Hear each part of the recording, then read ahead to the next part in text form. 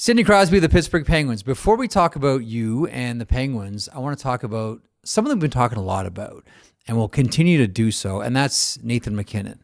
So a year ago in Chicago at the Players Tour, we tried to talk to him about his accomplishments, and he was having none of it. He kept talking about you and what you've done, and now he's got the Stanley Cup. Yeah. You have a couple of thoughts on MacKinnon, the Cup, his play, his place, and the party. It's a lot. I got to cover That's a lot there.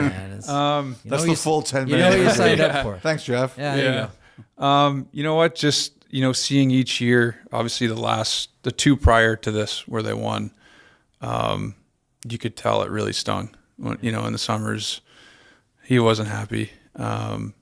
They came up short, and I think he expected to go further. He expected to give it more of a run than they did, and but I think at the same time he was trying to learn through that, and he understood that was kind of the threshold. You see a lot of teams got to get by that second round, and the teams who did eventually kind of get through it. And I just felt like the two prior to him winning, he was just extra determined, and he wasn't going to be denied. I mean, you see the way he steps up in the playoffs anyway. I mean, he couldn't have done any more even in those runs. He was unbelievable, even when they were knocked out early.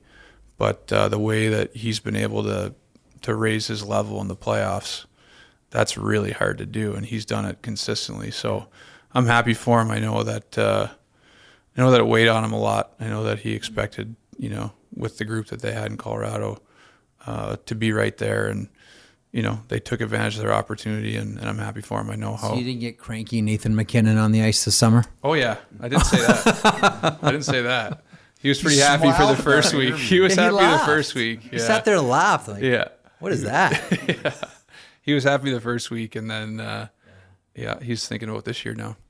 We talked about it. One of the things we asked him was, when he talks to you, he could always talk to you as someone like you've won a lot and he hadn't won yet.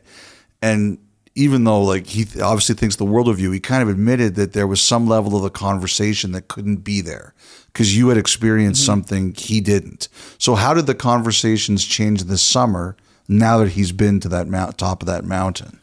I think it just, when he goes through certain things or experiences things, he realizes just how fine a line it is. And I think he probably appreciates, all the little things that go into winning, and not that he didn't before, but he sees them close up. He sees how many people contribute to winning, and all those role players that step up, and all those plays that could have went either way that, you do need some bounces too. You can do everything right, and you don't get a bounce sometimes, but I think he understands that a little bit better just having gone through it, and you can tell that he appreciates it, even more having gone through it. So, he's really proud of that group, and I think he really appreciates all the guys who contributed to it. He said you weren't the drunkest, but you were in the top 10. Top 10? Wow. All right. Where would you have rated yourself that night? I'd say at least top 5, at least. I mean, he left 2 hours before I did, so Really? I think I shut down the ale house that night. So I mean, what else can I do? I mean, what does he want from me?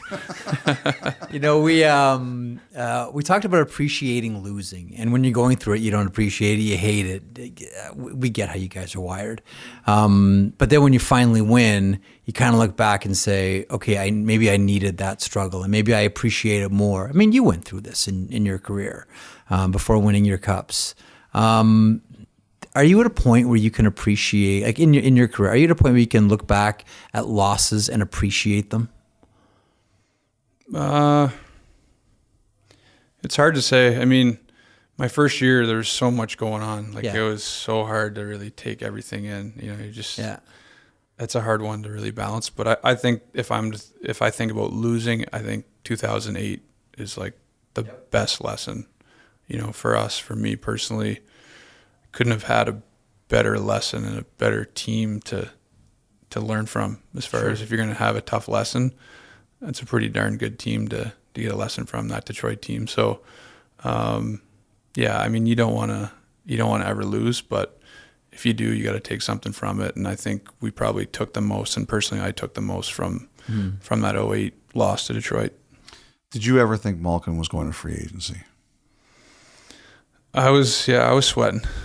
Yeah, I mean, you just, when it gets that close, you know how it is. It's, anything can happen, and it was getting right down to the day, and yeah, it was a lot of uncertainty. Especially, it's hard, late in the year.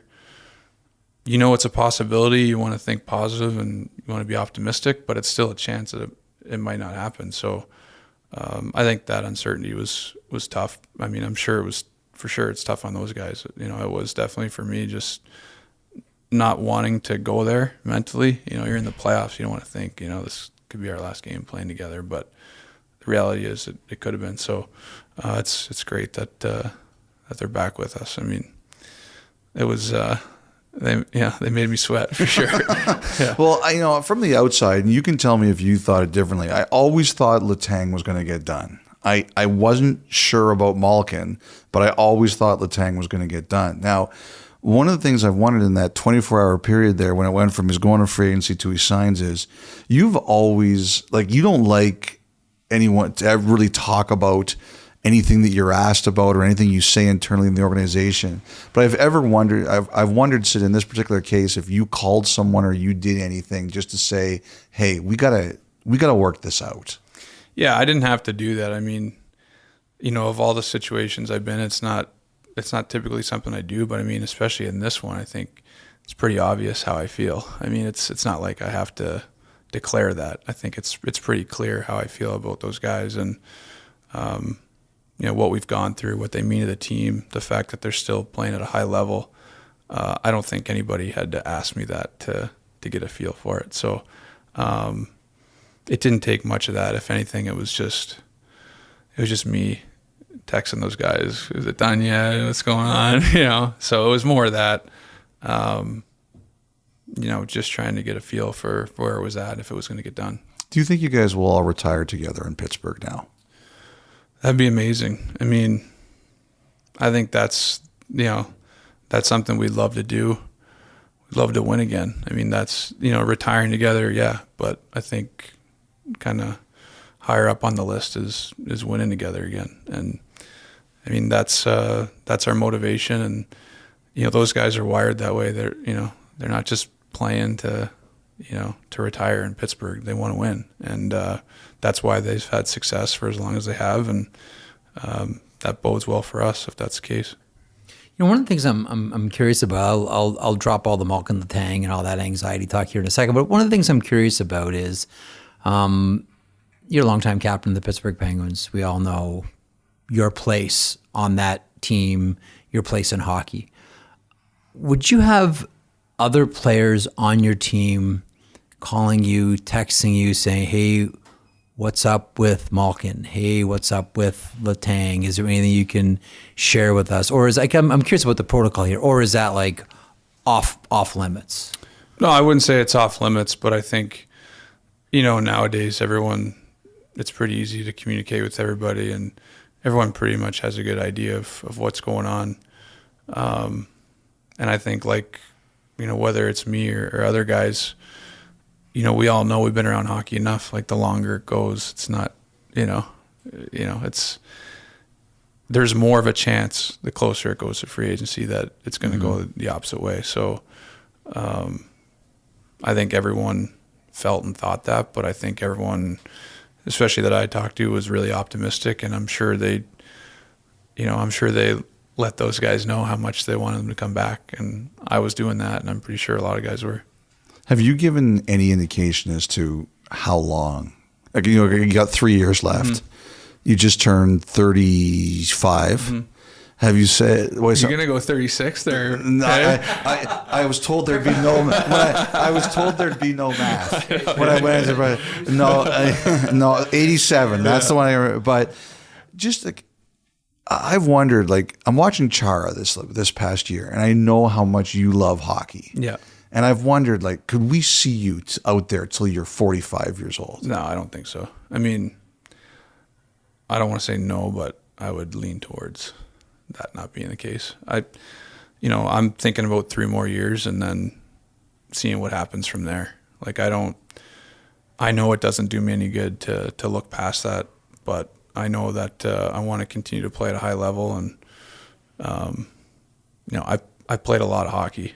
It's something that takes a lot of effort. You got to be invested, and your body has to hold up. There's a lot of things that you need to go right to continue to play, at an older age. So, yeah, I think that 3 years is my focus, and then from there I'll just kind of see where I'm at. Is there anything else you want to do?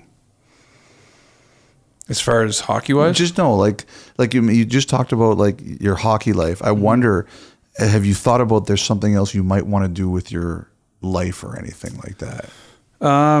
No, I think your mind tends to go there as you get older, for sure. Like you understand the situation, and it's a really difficult position because as an athlete, you want to be in the moment. You don't want to necessarily think too far ahead, but reality is that tends to happen a little bit more as you get older. So it's just kind of finding that balance of knowing that's reality of things, but enjoying the moment and getting the most out of yourself and enjoying every day. It's a great game. It's the best job in the world, and you want to play as long as you can. Motivation. You've always been a driven guy. Colby Armstrong, and he said it in a funny way, but there's a really profound point underneath it, just like Colby. We were talking about you one day, and he said, I'll tell you what about Sid. He trains and he works out as if he thinks there's a league higher than the NHL that he's trying to get to. That in his brain, he still thinks there's something better than the NHL, and he wants to get there. How do you react to that? It's an interesting take for sure. It's a Colby Armstrong. It's a total Colby Armstrong. Yeah, I like that. That sounds about right. Yeah, I just try to be my best, and I know, every day, when you wake up or, when there's things you want to accomplish, I want to say at the end of the day that I've done that, and I've made the most of whatever this window of time is going to be in the NHL, and I don't take it for granted one bit. And I love it. So, to me, it's easy to get up with that mentality every day. And I think just having that mentality, when that time does come, I'll appreciate it, but I want to know that, I've left it all out there. So as long as I can do that, that's the most important thing. I don't think there's ever going to be any question about that. Thanks for your time, Sid. Really appreciate it. Appreciate it.